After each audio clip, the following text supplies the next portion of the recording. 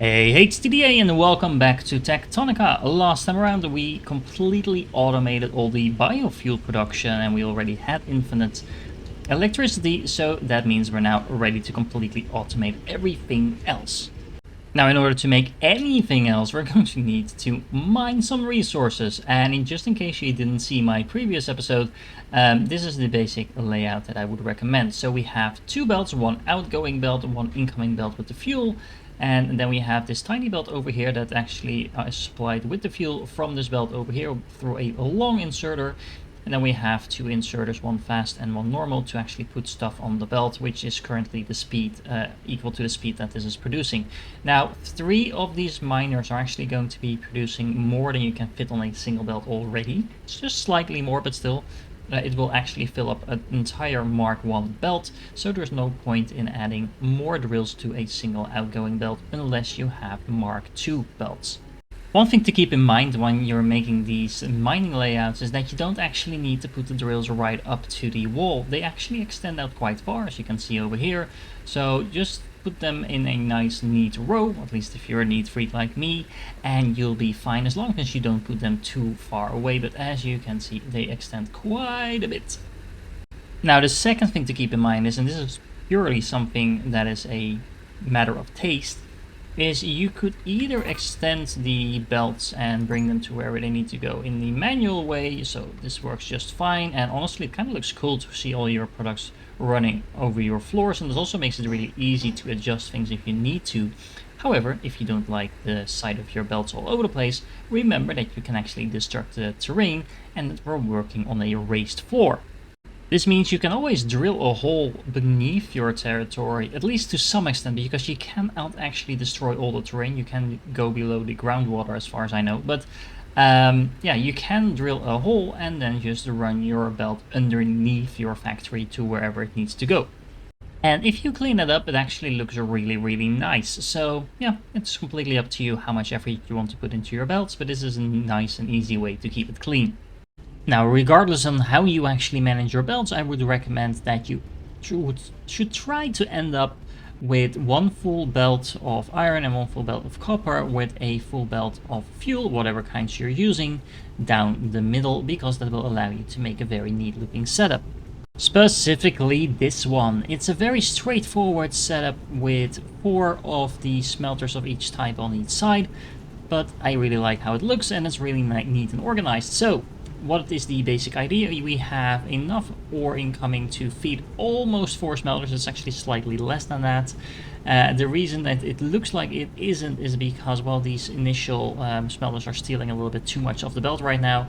But other than that, it works perfectly fine. As you can see, we have plenty of fuel, and we have 2 fast inserters feeding this stockpile over here in such a way that we actually are producing about 70 ingots per minute of each type. Now, then of course the question becomes, what are we actually going to do with all these ingots? And the answer is, it really depends on what you want to do, but I'll give you some suggestions. The most obvious step after you actually automate your ingots is, of course, automate the rest of the base materials. So most of those are made from either ingots, either type of ingots or both. And just running through here is, for example, copper components made from just ingots on this side. We have copper wire, and we also have copper frames. All of those are made just from copper ingots. And as you can see, I have just a simple belt, just an output belt attached to the ingots machine over here. As you can see, I have a lot of ingots already. And I do recommend just making a single inserter, putting stuff into these belts, just to make sure you're making a little bit of everything rather than a lot of one but nothing of the rest. Now, on the other side, you can see this belt is actually going to this side because I'm making mechanical components over here. Now, honestly, this is probably the most important machine of all, because you need mechanical components for a lot of important stuff. That's the reason why this is the first machine on the ingot side, or the iron ingot side I should say, just to make sure this is running non-stop. Then a lot less important are iron components, as well as the iron frames over here. They're being made, and well, honestly, we probably already have enough of those that we're going to last for a very long time. So just keeping these 2 machines working is even not that important, but yeah, this covers all the basic materials. Now I do recommend expanding your initial setup a little bit further because of course you're going to need a lot of belts and a lot of splitters, and that is exactly what we're making here. And I keep saying splitters, but of course I mean inserters. This is just the basic type, but they are made from those mechanical components, and the same holds for the belts. So the way to deal with that is just have a belt, an outgoing belt on the back over here, going all the way through and then down the middle, and then splitting the output between these two machines. You can upgrade the inputs a little bit if you want to, but basically this is going to make sure you're never going to run out of inserters and belts, and of course that's one of the main things that you need. Now, of course, this wouldn't be one of my builds if I didn't try to keep things a little bit more rectangular, and there's a couple of more other things that you really want to have non-stop produced. So, the first of that is electrical components. You're actually going to need a lot of these for a lot of different things, and they're just made from ingots as well as wires, and we're now making both of those at a non-stop rate. So, just by expanding the iron ingot belt a little bit further, as well as bringing down the wires from the other side, makes it's very easy to be producing these non-stop.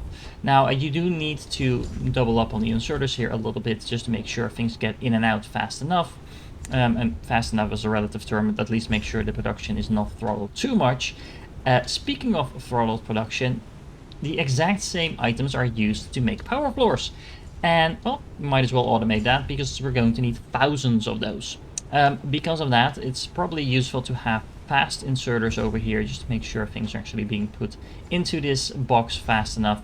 But as you can see, I already have a couple of hundred of these, and I just placed down this machine. So even though this production is going to be throttled quite a bit, this is going to be producing non-stop, infinite production of power floors, so don't worry about it too much. So we're now making belts, power floors, as well as normal inserters non-stop, but honestly I think it's wise to basically expand your main production a little bit further. So this machine is making 2 normal inserters at a time, and you do want some stockpile of normal inserters because they don't cost any power, so they're really cheap and really easy to use.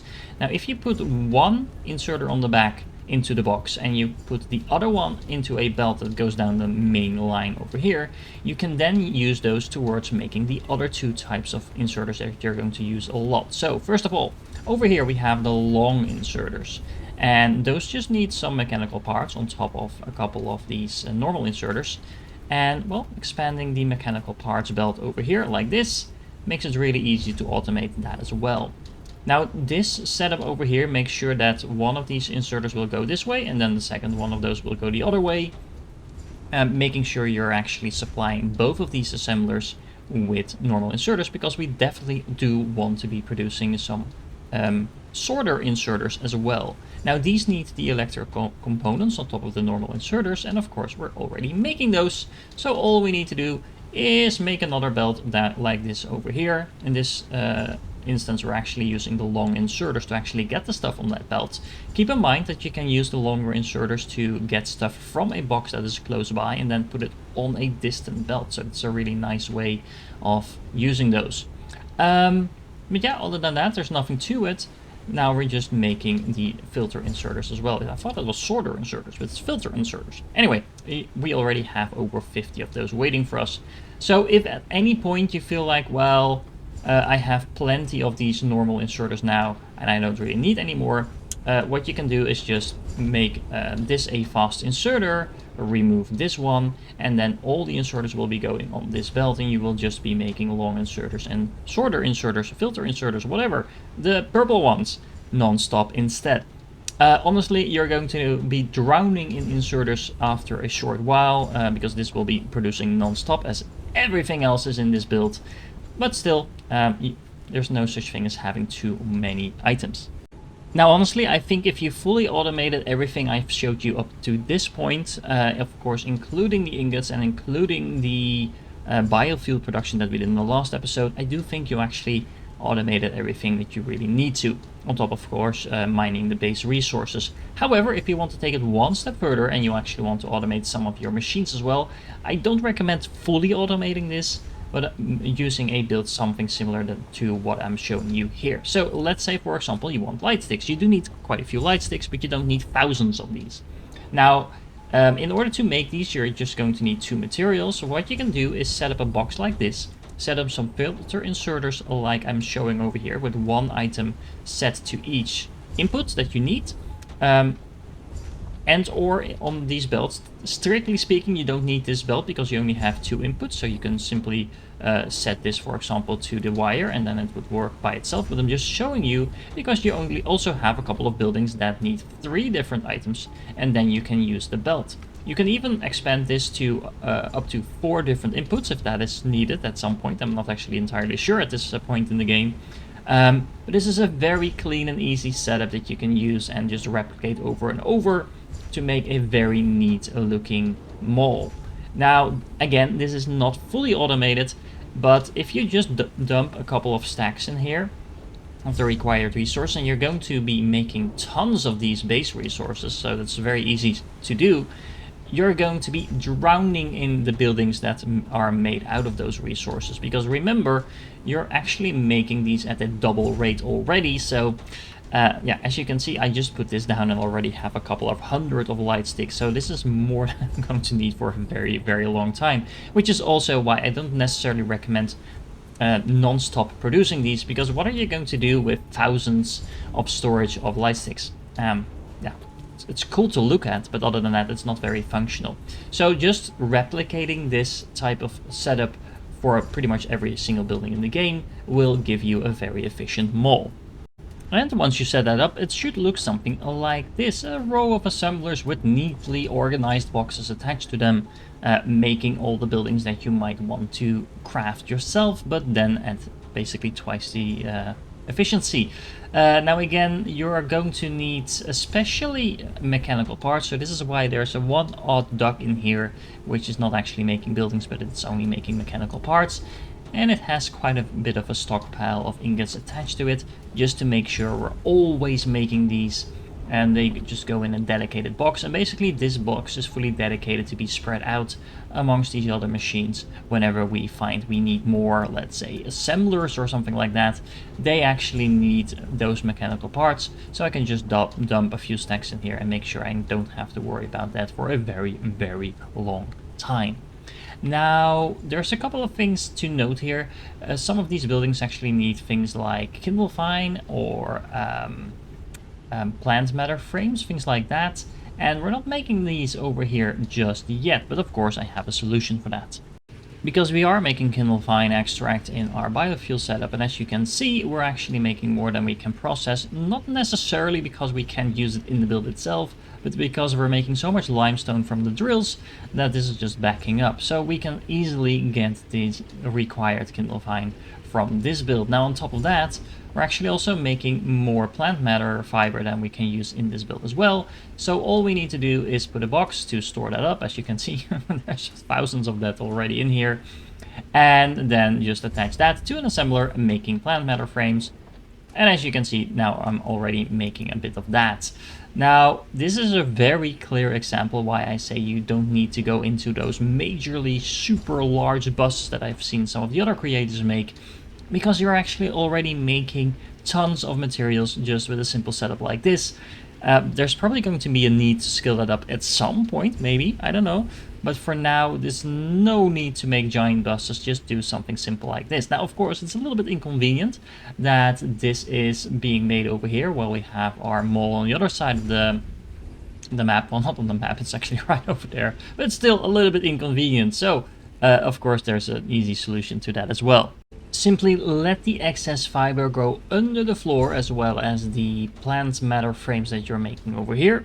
Do the same with the output belts for the kindle vine extract. Just make sure that you only export the excess that you're not actually using in the machines over here. Bring those all together in underground belts like this. It's a very fun thing to actually make these belt mechanics underground, because you can always just cover them up. Now once you do, there's no way to tell that there's messy belts underneath. But you can bring them up back again wherever you want and make them look very neat. So I just added a few more boxes over here. One for the plant matter frames, one for fiber.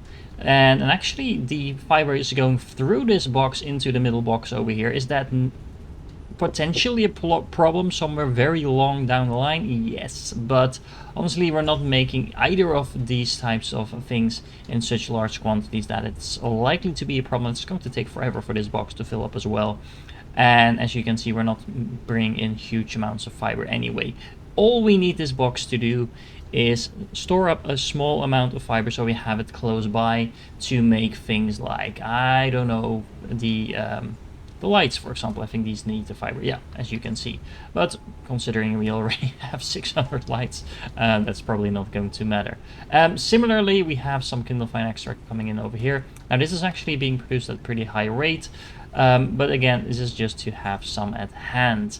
Now, once again, I just showed you the 500 lights I already have, and with the materials we have close by, we could make a few hundred more.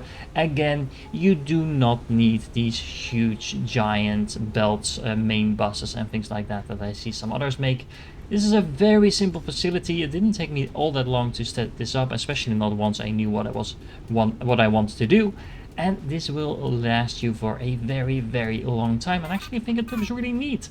It's not that large, it's not that complicated, and it's super, super efficient, which again is of course something I'm really into.